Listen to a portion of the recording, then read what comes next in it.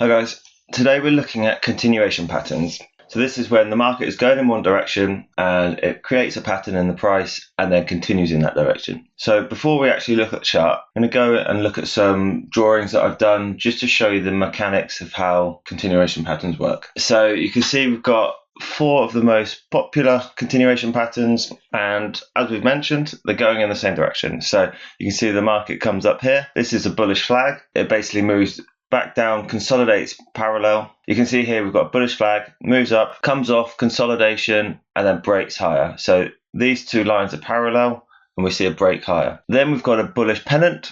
So you can see the price consolidates, it loses momentum in both directions, gathers it up, and then breaks the counter trend line here, and we see this move higher. Then we've got an ascending triangle. So you can see that it finds an area of resistance, it hits on it a couple of times, the momentum of the lows is still rising, and it eventually breaks that resistance level, and we see this trade higher. Likewise with a falling wedge, similarly to the bullish pennant, you can see that it creates lower lows, it creates lower highs, but the lows are getting less impulsive, and we start to see this down momentum slow, and then it breaks higher.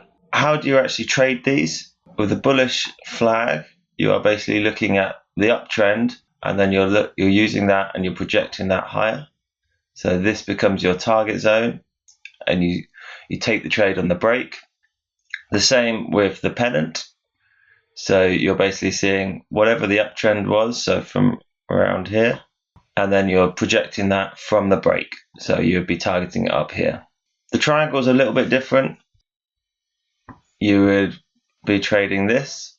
In fact, you can trade both of these. The ascending triangle, there are 2 targets. There are this target, the height of the triangle projected out.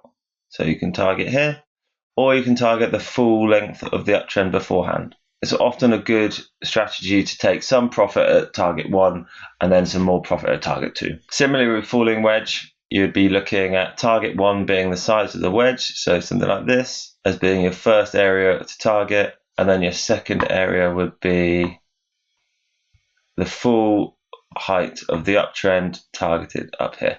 Now, we've just given bullish examples, but you can see here the exact opposite happens in bearish markets. So you get a bearish flag, a bearish pennant, descending triangle, and a rising wedge versus a falling wedge. Now let's go and find a couple of examples in the chart. So you can see I've identified a flag here.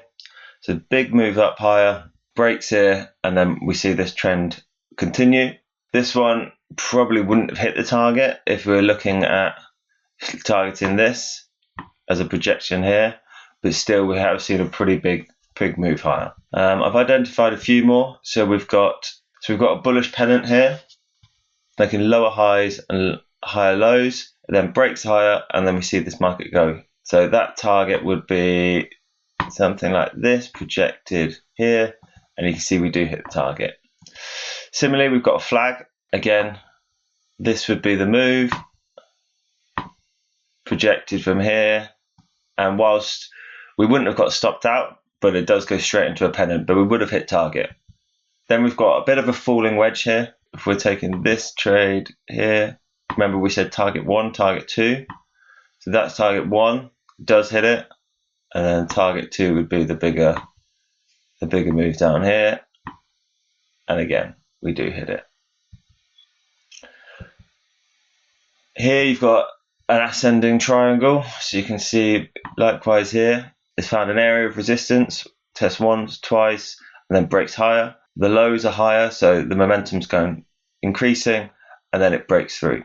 So again, if we look for our target and then project that from here, whilst it doesn't hit it immediately, you can see that it does come up and eventually hit that target up here. One of the interesting things with this one is you can see we've basically got a break, a retest, and then this market continues higher. So this level of resistance, it's resistance here, resistance, it breaks through, becomes support, and then this market continues higher. Right guys, that's it for continuation patterns. I hope you enjoyed it, and we'll speak to you next time.